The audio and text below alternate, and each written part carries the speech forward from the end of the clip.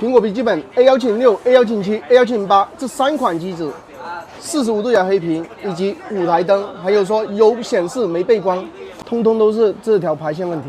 这款是 A1708，你看我强光照一下，这里有显示图标，手电筒拿开就看到像黑屏一样，一拔一下，先断开电池，拆下 WiFi 天线。 把这6颗固定屏幕螺丝拆下，拆下屏幕上半套，就是这条排线的问题啊。这条背光排线已经断裂了，一开盖一拉就断了，小角度能量它就能接触到了，就是这里问题。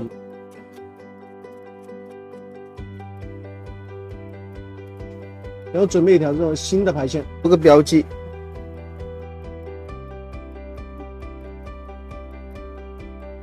这新的排线再反过来，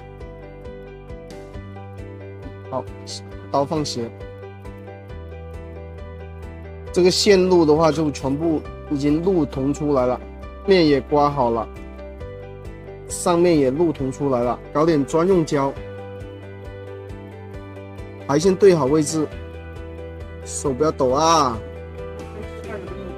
烙铁加热一下，搞点调好的焊油锡浆。 烙铁进行焊接，锡珠就全部融化了，啊，一个个点，很轻松的，烙铁一点，烙铁一点，烙铁一点，好，清洗一下，我排线与排线之间就已经对接牢固，再搞点专用胶，放个保护贴纸。 我们这排线就已经焊接完毕。我们这种是采用免飞线压排的方式，看你是看不出是修过的哈，因为那个对接口是在下面这里有一条小小的痕迹，知道吧？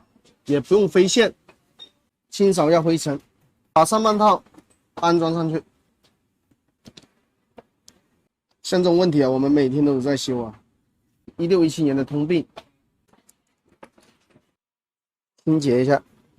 像这种情况，你不说，谁知道你这个电脑有被修过的呢？把这个电池螺丝打上去，保护贴纸贴上，盖上后壳，螺丝固定好，插电，屏幕亮起来了啊！我们合盖测试，没问题。苹果笔没问题，关注光头哥。 拜。